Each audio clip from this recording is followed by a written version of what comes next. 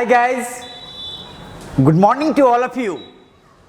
आप सभी लोगों को, सभी students, all the students as well as participants, तो जितने भी आप सभी सारे छात्र हैं, विद्यार्थी हैं, आप सभी को हमारा सुबह का शीतल नमस्कार। I wish you all a very pleasant and cool morning to you all from the core of my heart. Guys, मैं आप सभी लोगों का दिशा क्लास के यूट्यूब चैनल पे दिशा क्लास की तरफ से हार्दिक नंदन, वंदन और कोटि कोटि अभिनंदन करता हूं। गाइज, प्रीवियस क्लास में हम लोगों ने पढ़ा था इंग्लिश लैंग्वेज को इंप्रूव करने के लिए, बेहतर करने के लिए हम लोगों को बहुत सारे ग्रामेटिकल टर्म्स की, बहुत सारे ग्रामर की टर्म की जरूरत पड़ती है, आवश्यकता पड़ती है। हम लोग उन सारी चीजों को वन बाय वन देखते जा रहे हैं। गाइस, ये जो हम लोग देखने जा रहे हैं कि इंग्लिश एक लैंग्वेज है, इस लैंग्वेज के लिए कौन कौन सा चीज, क्या चीज है, कौन सा एलिमेंट है जो कि काफी इंपॉर्टेंट होता है, जरूरी होता है इस लैंग्वेज को बेहतर बनाने के लिए, इस लैंग्वेज में परफेक्शन को प्राप्त करने के लिए। गाइज, आज इस सीरीज का ये आखिरी क्लास होगा और इसके बाद हम लोग न्यू चैप्टर शुरू करेंगे। हमारा नया चैप्टर टाइम एंड टेंस है, और टेंस है, लेकिन उससे पहले हम लोग डिस्कस करेंगे सेंटेंस के बारे में। ये चैप्टर जो है ये आपके लिए हेल्पफुल होगा जब आप नरेशन पढ़ेंगे, जब आप स्पीच पढ़ेंगे, 12th के लोग, 10th के लोग, तो उनके लिए काफी इंपॉर्टेंट होगा। तो उसे हम लोग यहीं पे अभी देख लेते हैं, इसके बाद उस चैप्टर को हम लोग शुरू करेंगे और इसके बाद बिल्कुल हम लोग चलते चलेंगे नॉन स्टॉप। और जितने भी चैप्टर हैं 12th के लिए हम लोग उस पर पहले फोकस करेंगे। गाइज, हमारा प्रयास ये है कि हर छात्र, whether they are weak in English और they are good at English, उन सभी लोगों के लिए हमारा प्रयास है। इसलिए हर छोटी चीजों को भी हम लोग डिस्कस कर रहे हैं ताकि आपको आगे, आपका अगर कॉन्सेप्ट क्लियर होगा तो आगे आपको किसी चीज को फॉलो करने में, समझने में दिक्कत नहीं होगी। और बस इन चीजों के बाद गाइज, आप में से बहुत सारे लोगों का कमेंट आता है, डिफरेंट कमेंट आप अपना भेजते हैं। तो आज हम आपके उस कमेंट को एक नजर डाल रहे हैं, आप गौर से सुनेंगे। अंकित, मिस्टर अंकित का कहना है 10th का भी बैच शुरू करिए। Very soon we are just making a plan. बहुत जल्द mister Ankit, miss Kajal, A lot of thanks, बहुत बहुत धन्यवाद आपको। Mister Harsh, really mister Harsh, बहुत बहुत शुक्रिया आपको हमारा कॉन्टेक्ट और टीचिंग स्टाइल बड़ा अच्छा लगा। Miss Raveena Tandon, A lot of thanks। Mister Sanoj, nice sir, Sanoj ji आपका बहुत बहुत धन्यवाद, शुक्रिया। इसी तरह और आप मेहनत करिए। Jupiter channel, nice technique sir, thanks a lot. Muskan Kumari, nice video, very good miss Muskan, आपने शुरू से अंत तक हमारा वीडियो देखा तभी तो आपको अच्छा लगा। राजेश कुमार, जबरदस्त सर जी, आप मेहनत करते रहें, थैंक्स इस कमेंट के लिए। Harshraj, okay, many thanks mister Harsh. Sarvan, very good sir, bouquet of thanks Sarvan ji आपको भी। Shahbaz, good sir. शाहबाज, आपने बोला कि सारे उन बच्चों के लिए इंपॉर्टेंट है जो कि अभी क्लास नहीं आ सकते हैं। Very nice Shahbaz, a lot of thanks। and Rishabh, nice video, Rishabh, very good, keep on watching video, Rishabh, work hard। Surendra ji लिखते हैं कम्युनिकेशन स्किल के लिए काफी हेल्पफुल होगा। बहुत बहुत शुक्रिया सुरेंद्र जी, आपने अपना इंपॉर्टेंट सजेशन दिया हमें। नवीन सिंह, सुपर सर जी, बहुत बहुत धन्यवाद नवीन जी आपको भी। And mister Keshav, Khanna sir की जय। नहीं, सारे विद्यार्थियों की जय। आप मेहनत करते हैं तभी तो हमारा आपको अच्छा लगता है। एंड सदफ एजाज, ऑसम, जबरदस्त। बिल्कुल सदफ एजाज जी, आपको बहुत बहुत शुक्रिया, धन्यवाद। Okay, from the core of my heart, तहे दिल से मैं आपको शुक्रिया करता हूं। गाइज, ये सारे आपके कमेंट्स का रिप्लाई हमने दिया, तो गाइज आप बिल्कुल दिल से, मन से लगातार देखें और कमेंट करना ना भूलें, फीडबैक देना ना भूलें। गाइज, आज का जो हमारा क्लास है, आज के क्लास में ये इंग्लिश ग्रामर में जो हम लोग बेसिक पार्ट देख रहे थे, इसमें आज हम लोग इसको फिनिश करने जा रहे हैं और इसके बाद हम लोग बात करते हैं। गाइज, आज का जो हमारा बैच है, आज का जो आपका चैप्टर है, क्लास है, यहां से हम लोग आज शुरू करते हैं। फर्स्ट ऑफ ऑल हम लोग देखते हैं आज के क्लास में, सबसे पहले हम लोग देखते हैं आज के क्लास में phrasal verb. Guys, previous class में आपने फ्रेज के बारे में पढ़ा, सुना, जाना, समझा। अब वो आपने पहले पढ़ा फ्रेज, और आज आप हम लोग देखने जा रहे हैं phrasal verb. Guys, phrasal means मुहावरेदार। फ्रेजल मीन्स क्या होता है? मुहावरेदार। इसका मतलब होता है मुहावरेदार, मुहावरेदार। एंड गाइज, वर्ब का मतलब तो आप जानते ही हैं ना, वर्ब मीन्स होता है क्रिया। गाइज, फ्रेजल वर्ब का मतलब हो गया मुहावरेदार क्रिया। आप देख सकते हैं फ्रेजल वर्ब, मुहावरेदार क्रिया, यानी कि फ्रेज से बन गया फ्रेजल, और वर्ब मीन्स आप जानते हैं क्रिया। देखते हैं हम लोग phrasal verb. What is the define of phrasal verb? Let's see. देखा जाए फ्रेजल वर्ब का परिभाषा क्या कहता है। अ phrasal verb is a combination of a verb and an adverb or preposition used together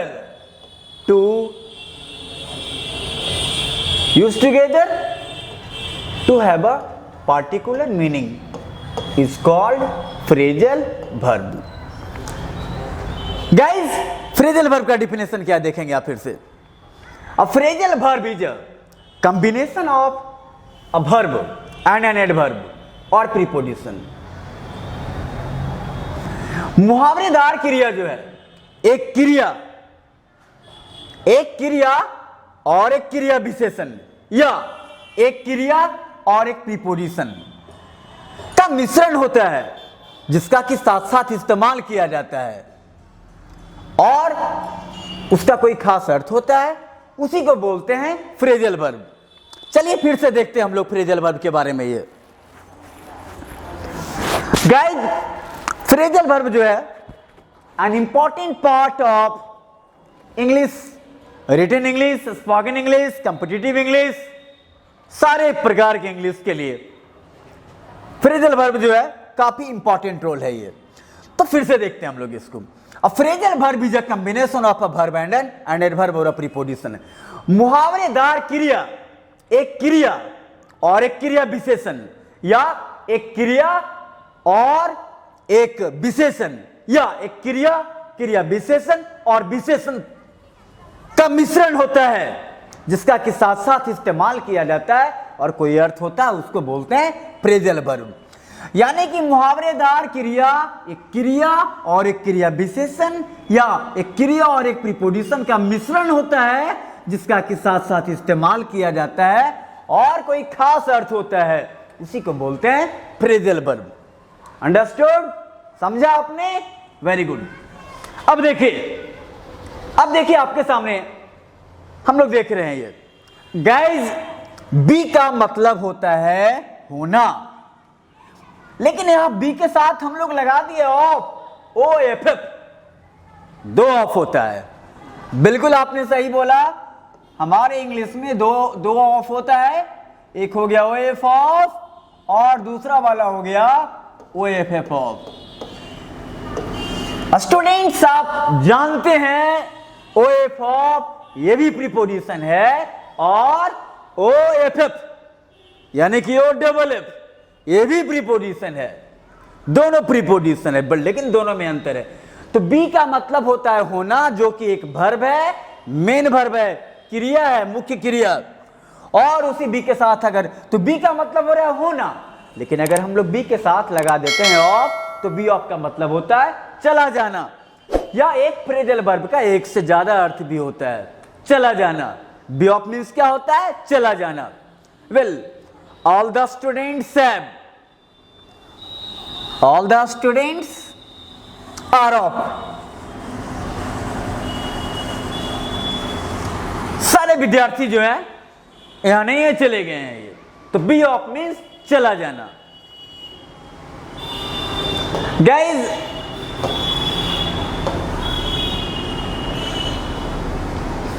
next हम लोग देखते हैं बियर अप।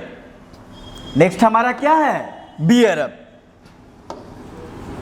गाइज, बियर का मतलब ऐसे होता है, जन्म देना होता है, सहना बर्दाश्त करना होता है। यहां पे बियर है और बियर के साथ अप आ रहा है, अप, स्टैंड अप। समझ रहे हैं ना आप क्या चीज है? फिर यहां देखेंगे मेन वर्ब के साथ लग गया आपका अप, तो क्या बन गया? बियर का मतलब अलग होता है, और बियर के साथ अप लगा दिए तो इसका मतलब अलग हो गया, हौसला रखना। बियर अप मीन्स क्या होता है? हौसला रखना। नेक्स्ट हम लोग देखते हैं बोर्ड आउट। बोर्ड वर्ब है, आउट यहां पे उसके साथ लग रहा है, घर से बाहर भोजन करना। कॉल अप, कॉल एक अलग वर्ब है। कॉल मीन्स होता है बोलना, पुकारना, लेकिन यहां पे कॉल के साथ अगर अप लग गया तो कॉल अप का मतलब हो गया टेलीफोन करना। टाई का मतलब होता है बांधना। हाँ हाँ, बिल्कुल आपने सही बोला, गला में जो हम लोग टाई लगाते हैं उसका भी स्पेलिंग यही है, TIE, टाई। तो वो वाला हमने बताया आपको, टाई मीन्स बांधना, तो गला में जो टाई लगाते हैं ना उसको भी तो बांधते हैं ना गाइज, वो भी तो बांधने का ही काम कर रहा है। तो टाई द नॉट, आप देखेंगे वर्ब है, वर्ब के बाद अलग चीज लग रहा है, डिटरमाइनर लग रहा है, फिर एक वर्ड लग रहा है टाई द नॉट, तो शादी करना। अब देखेंगे गाइज, अब अगर हम लोग सिर्फ आस्क लिखते हैं, आस्क, अब अगर सिर्फ हम लोग लिखते हैं आस्क, तो आस्क का मतलब होता है, आस्क मीन्स पूछना, और आस्क का एक और मतलब क्या होता है? कहना। Guys, I have been discussing, मैं आपसे डिस्कस करते रहा हूं हमेशा लंबे समय से कि शब्द एक अर्थ अनेक। एक ही शब्द का एक से ज्यादा अर्थ होता है, कई अर्थ होता है। तो एस के आस्क माने होता है पूछना, लेकिन अगर आप आस्क के साथ लगा दिए, क्या लगा दिया आस्क के साथ? अब आस्क के साथ अगर आप लगा दिए, आप अगर आस्क के साथ लगा देंगे फॉर, आस्क फॉर, तो आस्क फॉर का मतलब होता है मांगना। आस्क फॉर मीन्स क्या हो गया? मांगना।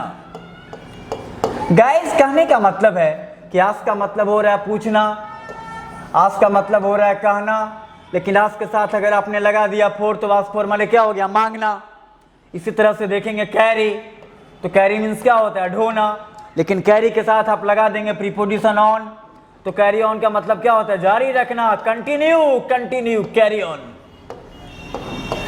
तो गाइस, कहने का मतलब हुआ कि जब हम लोग किसी वर्ब के बाद कोई प्रीपोजिशन लगाते हैं, या वर्ब के बाद हम लोग क्रिया विशेषण एडवर्ब लगाते हैं, या कुछ वैसे फ्रेजल वर्ब में जिसमें एडवर्ब भी होता है और प्रीपोजिशन भी होता है, उसका अर्थ कंप्लीटली बदल जाता है, पूरी तरह बदल जाता है ना? द मीनिंग कंप्लीटली चेंजेस, पूरी तरह उसका अर्थ बदल जाता है, मीनिंग बदल जाता है। तो आपने देखा, आस्क मीन्स पूछना, और आस्क फॉर माने क्या हो गया? आस्क फॉर मीन्स क्या हो गया? मांगना। आस्क फॉर मीन्स क्या हो गया गाइस? मांगना। तो आस्क फॉर का मतलब हो गया आपका मांगना। इसी तरह से है ना? ओके, देखेंगे हम लोग पास।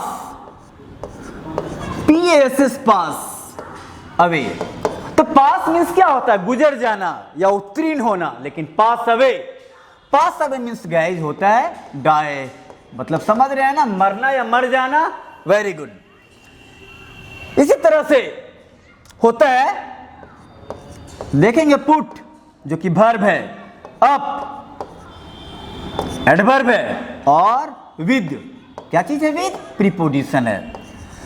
तो verb plus adverb plus adjective, इसका मतलब क्या हो रहा है? सहना या बर्दाश्त करना, जिसको कि गाइस हम लोग इंग्लिश में क्या बोलते हैं? टॉलरेट। क्या बोलते हैं? टॉलरेट। गाइस आपको किसी भी वर्ड का मीनिंग जानना है, वो मीनिंग जो आप जानेंगे ना, वो मीनिंग आपको इंग्लिश टू इंग्लिश जानना है और हिंदी भी जानना है। ये बिकॉज एग्जामिनेशन में आपका जो परीक्षा होगा, आपका जो इम्तिहान होगा ना, उसमें ऑप्शन रहता है 4, और वो ऑप्शन सारे इंग्लिश में रहेंगे, नॉट इन हिंदी। इसी वजह से आपके लिए किसी भी वर्ड का मीनिंग इंग्लिश टू इंग्लिश जानना जरूरी होता है, और इसका हिंदी मीनिंग जो आप जानेंगे ये भी आपके लिए काफी हेल्पफुल होगा। आगे के क्लास में हम लोग डिस्कशन करेंगे कैसे हेल्पफुल होगा। तो पुट अप विद का मतलब होता है सहना या बर्दाश्त करना। कुछ रनिंग है जो कि हम आपके साथ लिख रहे हैं, ज्यादा नहीं। नेक्स्ट लिखेंगे स्टेप डाउन। गाइज आपने जरूर सुना होगा इस पॉलिटिकल वर्ड को, अगर आप न्यूज़पेपर पढ़ते हैं तो। मीन्स होता है रिजाइन, RESIGN। रिजाइन वर्ब है, रिजाइन का मतलब होता है इस्तीफा देना। तो स्टेप डाउन का मतलब क्या हो गया? इस्तीफा देना। स्टेप डाउन मीन्स क्या हो गया? इस्तीफा देना।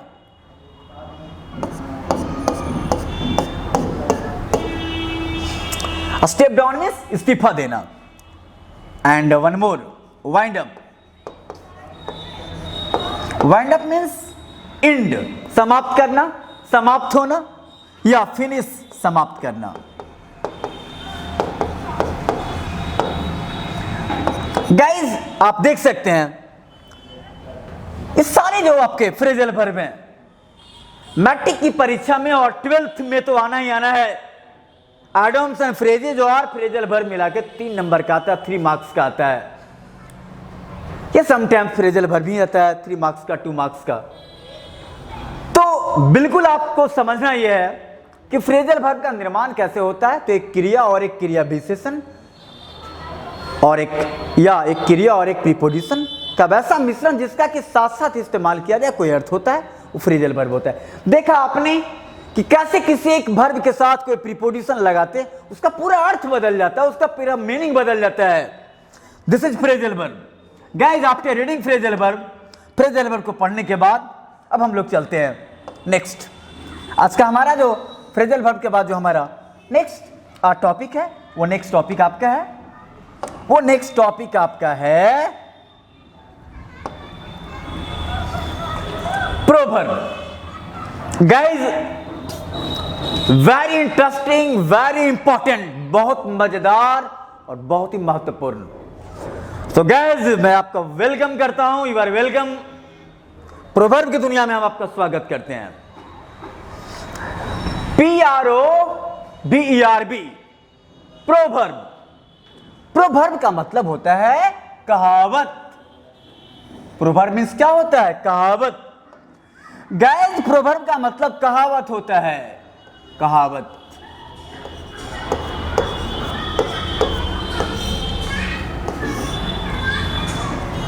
गाइस दोस्तों, India is called the country of villages.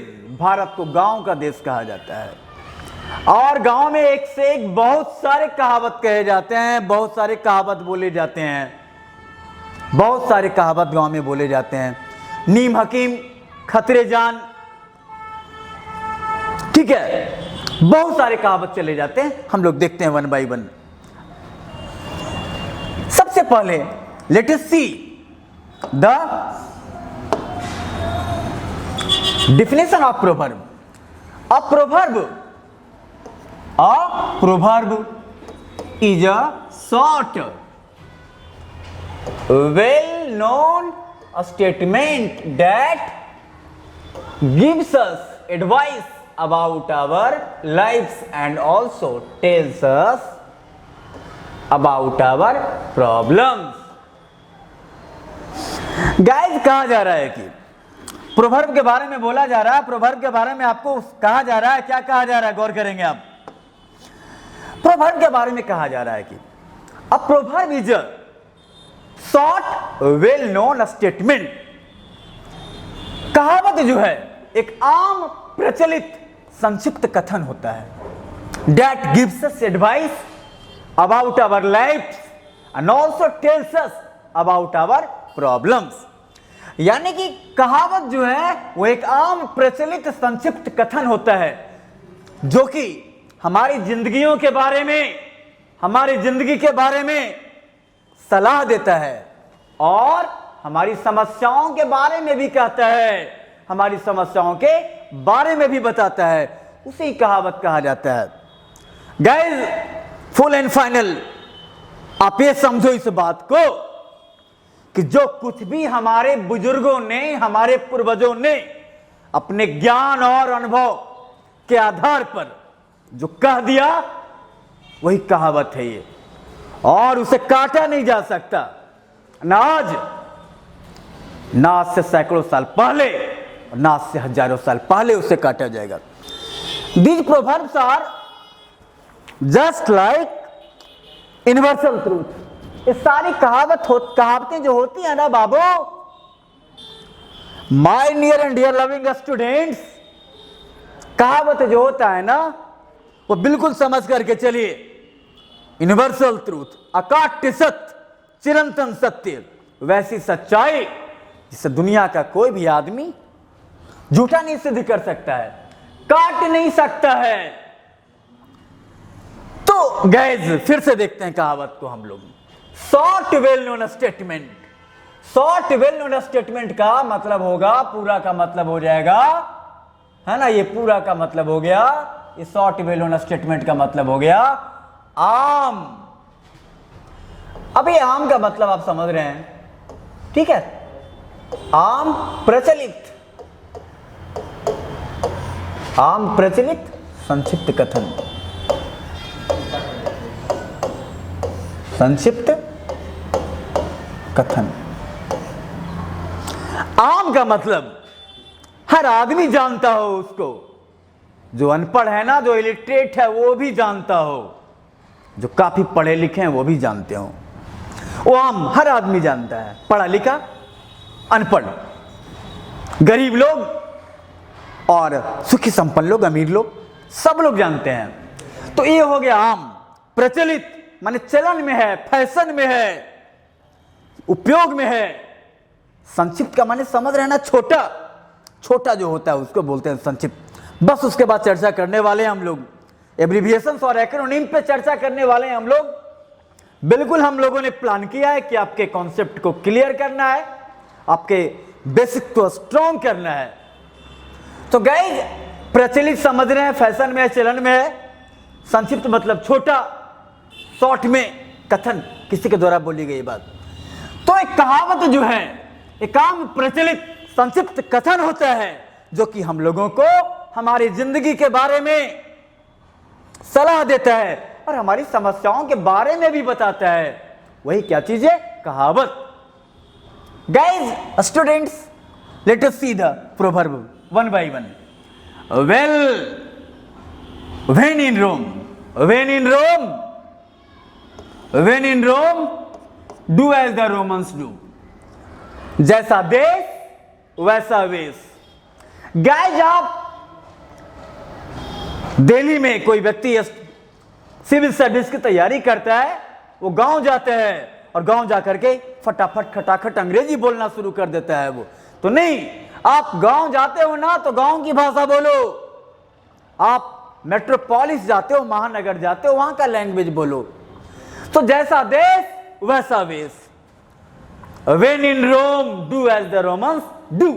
जैसा देश वैसा वेश। तो सिचुएशन के अनुसार गाइज, सिचुएशन के अनुसार आप अपने आप को ढालें। ओके, अब आप किसी मीटिंग में जा रहे हो, वहां आप कुर्ता और धोती पहन के जाएं, वहां आप फॉर्मल ड्रेस में जाएं, पैंट शर्ट सूट जो आपके पास है उसमें जाएं। तो जैसा देश वैसा वेश, स्थिति के अनुसार अपने आप को ढलना है, वैसा बिहेव करना है। Prevention is better than cure, ये कहावत जो है जरूरी सुना होगा, बहुत सारे लोगों ने आपने सुना होगा ये कहावत को। ये prevention is better than cure. Guys, prevention is better than cure का मतलब क्या होता है? Prevention is better than cure. अग्र सोची सदा सुखी, एक कहावत बहुत ही इंपॉर्टेंट है, बहुत ही कॉमन है, हर आदमी को जानना चाहिए। Prevention is better than cure. अग्र सोची सदा सुखी, आगे सोचने वाला हमेशा सुखी रहता है। अब इम्तिहान आपका मार्च में होगा, अभी तो लॉकडाउन चल रहा है गाइस, कोविड-19 का कहर जारी है। तो आप सोच रहे हो कि हमारा स्कूल ही नहीं खुला, हमारे कॉलेज ही नहीं खुले, हमारे क्लासेस नहीं चल रहे हैं, तैयारी आप ठीक से नहीं कर रहे हैं। तो नहीं, आप ऐसा क्यों नहीं सोचते हैं कि हो सकता है ऐसे ही रहे, जो घर में पढ़ रहे हैं, जो स्टडी कर रहे हैं, हम लोग सेल्फ स्टडी कर रहे हैं, जो ऑनलाइन स्टडी कर रहे हैं, तो आप उसी हिसाब से सारे सब्जेक्ट्स को पढ़ने लगते हैं। तो वक्त जब आएगा इम्तिहान का, परीक्षा का आपका, तो आपके लिए काफी हेल्पफुल होगा। तो आगे सोचने वाला हमेशा सुखी रहता है, अग्र सोची सदा सुखी। या इसको ऐसे समझिए, बीमार पढ़ करके इलाज कराने से अच्छा है कि बीमार ना पड़े, उसका उपाय किया जाए। Prevention is better than cure. बिल्कुल आप लगातार देखते रहें, नजर हटे नहीं, सावधानी हटी, दुर्घटना घटी। नेक्स्ट, हेस्ट मेक्स वेस्ट, जल्दी काम शैतान का। हम लोगों को कोई भी काम जो है तसल्ली से करना चाहिए और पूरे मन से करना चाहिए, दिल से करना चाहिए, पूरे ध्यान से करना चाहिए। आप जल्दी करेंगे, गलतियां हो जाएगी, क्या फायदा होगा? आप टाइम बचाने के लिए जल्दी कर रहे हैं ना, क्या फायदा होगा? What will be the benefit of? Nothing. तो जल्दी काम शैतान का, पूरी एकाग्रता के साथ ध्यान लगाएंगे आप, काम करेंगे आप। जल्दी काम शैतान का। गाइस, जल्दी काम शैतान का, आगे देखते हैं हम लोग।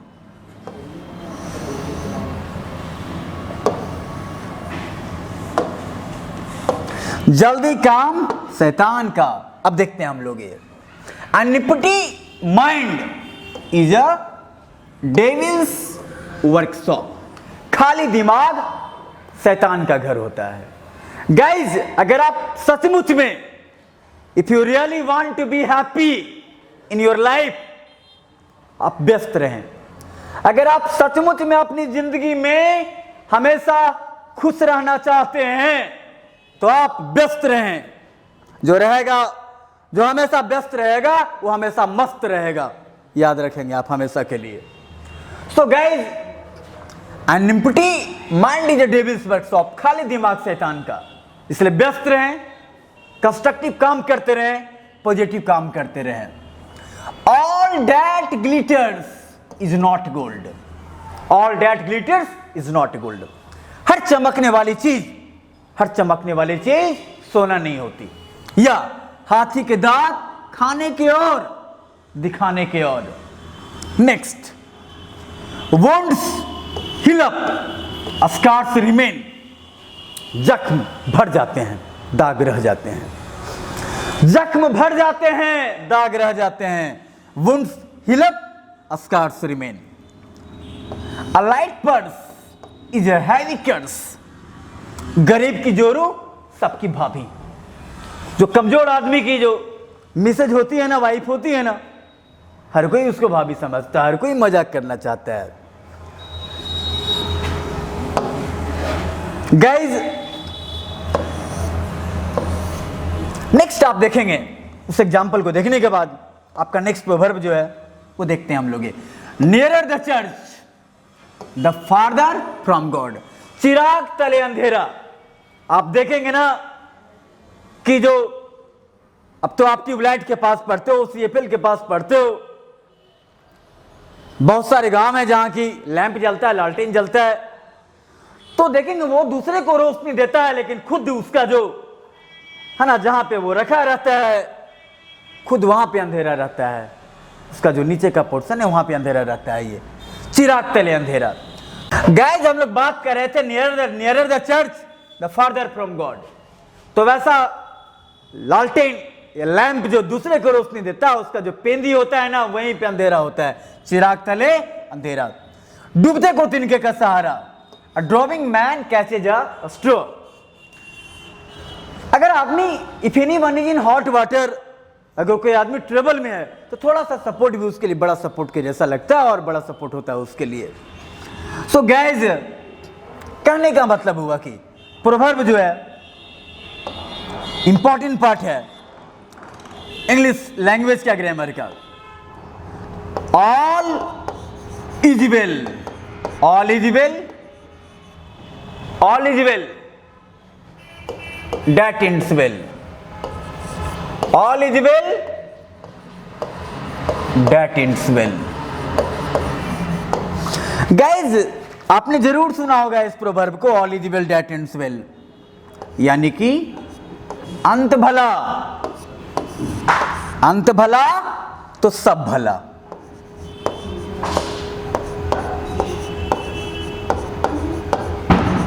अंत भला तो सब भला।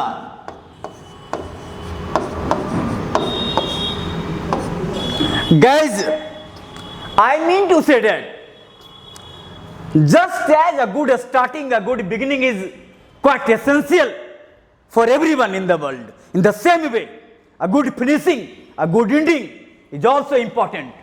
तो जिस तरह किसी काम का जो प्रारंभ होता है, शुभारंभ होता है, तो अच्छा, किसी काम का अच्छा शुरुआत बहुत जरूरी होता है, उसी तरह से किसी काम का अच्छा समाप्ति भी जरूरी होता है। All is well that ends well. Suppose a cricketer अपनी इनिंग्स को शुरू करता है काफी धूम धड़ाके के साथ, स्कोर नहीं बना पाता, 1 रन से 99 पे आउट हो जाता है। टीम जो है बहुत अच्छा चेज करती है, टारगेट को चेज करती है, लक्ष्य को पीछा करती है, काफी अच्छा तेज शुरुआत देते हैं लोग, 1 रन से मैच हार जाती है इंडिया या कोई भी टीम। तो all is well that ends well, अंत भला तो सब भला। सो गाइज, प्रोवर्ब को आप बिल्कुल देखेंगे, आप नोट करते चलेंगे, नोट करना नहीं भूलेंगे, या नोट कर लें या स्क्रीनशॉट ले लें। Guys,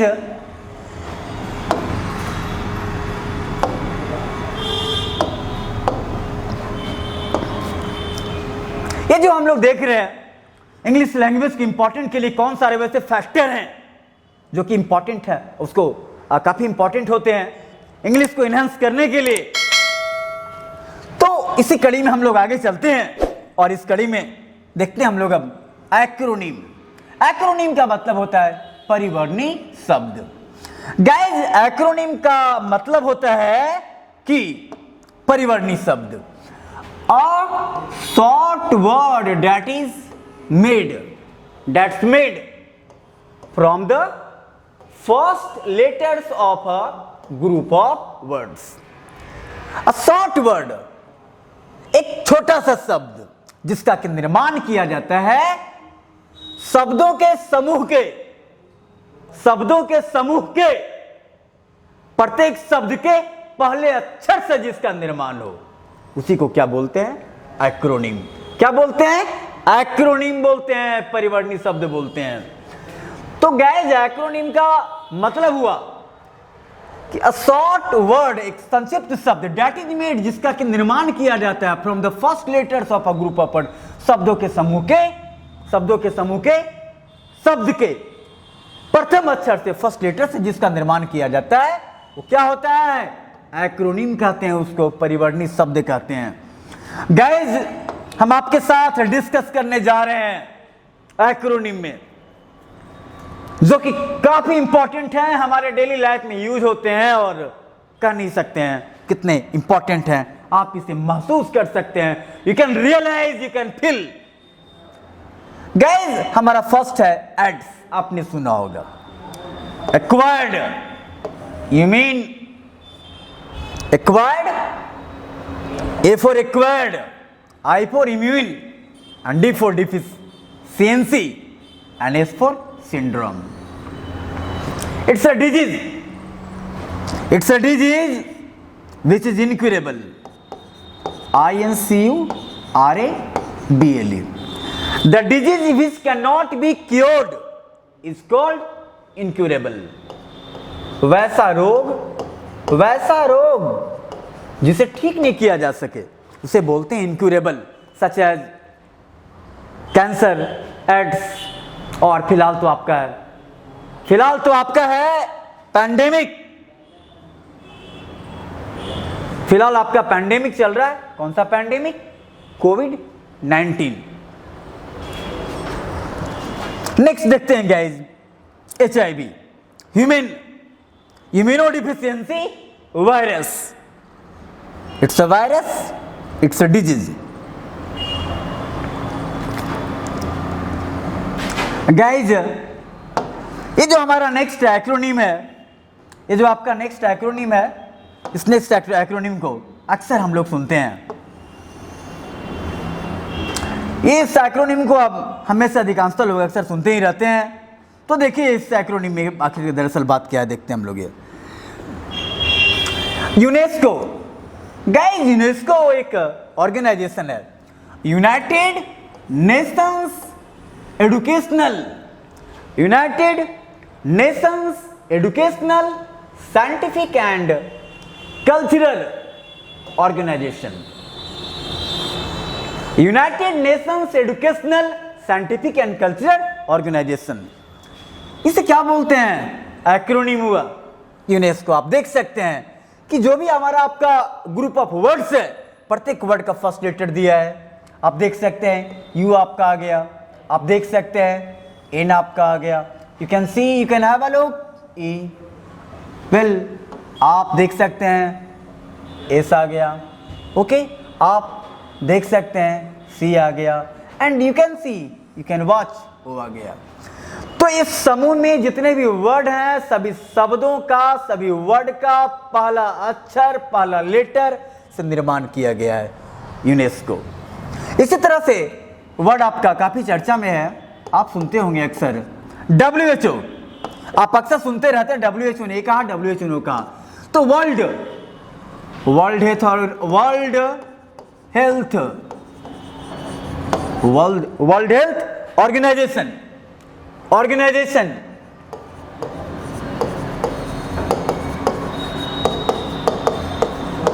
world health organisation. तो गाइज आप देख सकते हैं world health organisation, it's also acronym. Guys world health organisation, अब देख रहे हैं यहां से कुछ हम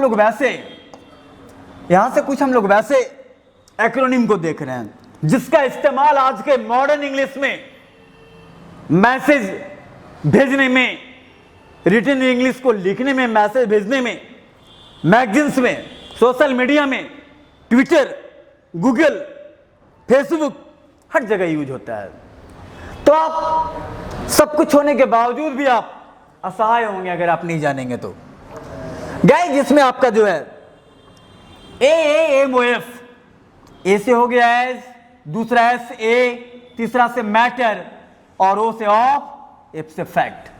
as a matter of fact, वस्तुतः, इसका हिंदी अगर आप लिखना चाहेंगे तो क्या होता है? वस्तुतः। स्टूडेंट्स ये जो as a matter of fact है ना, ये जो आपका as a matter of fact है ना, ये दरअसल as a matter of fact है क्या? फ्रेज है। Next AAR, A for at, any rate, at any rate. At any rate means at any cost. At any rate means at any cost. Both are same. At any rate, at any cost. AAR, तो आप लिख सकते हैं AAC, AAR, and also we can write AAC. Both are same. दोनों का माने क्या हो रहा है? किसी भी कीमत पर। यह भी एक फ्रेज है, लेकिन आप देखेंगे इस फ्रेज को कैसे लिखा जाता है? किसी भी कीमत पर। आप बिल्कुल देख लें, नोट कर लें, किसी तरह की जल्दीबाजी नहीं है।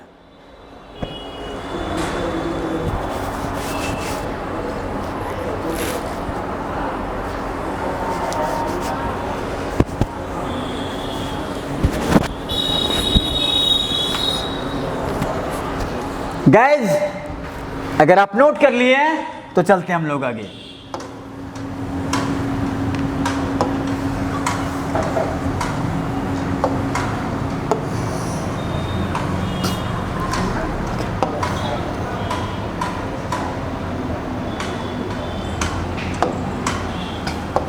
अब देखते हैं गाइज, हम लोग देखते हैं ये AEAP।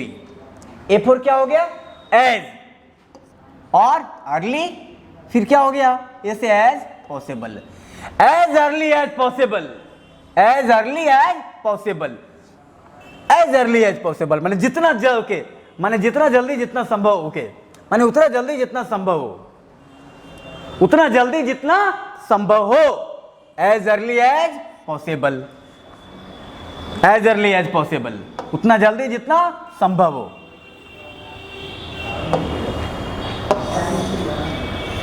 नेक्स्ट हम लोग देखते हैं, ये आपका जो नेक्स्ट है ना, इसको देखते हैं हम लोग, ये है ना। Okay, FAIC, as far as I am concerned, as far as I am concerned, यानी कि as far as I am concerned, इसी को शॉर्ट फॉर्म में ऐसे लिखा जाता है, यानी कि जहां तक मेरा सवाल है। क्या बोलेंगे? जहां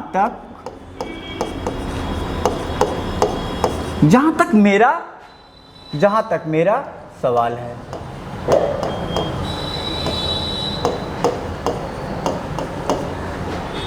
as far as I am concerned, guys एक फ्रेज है एज फार एज, जिसका मतलब होता है एज फार एज, इसका मतलब होता है सो फार एज, और इन दोनों का मतलब होता है, इसका मतलब और इसका मतलब, दोनों का मतलब क्या होता है? जहां तक। दोनों का माने क्या होता है? जहां तक होता है। दोनों का मतलब क्या होता है ना? ओके, जहां तक।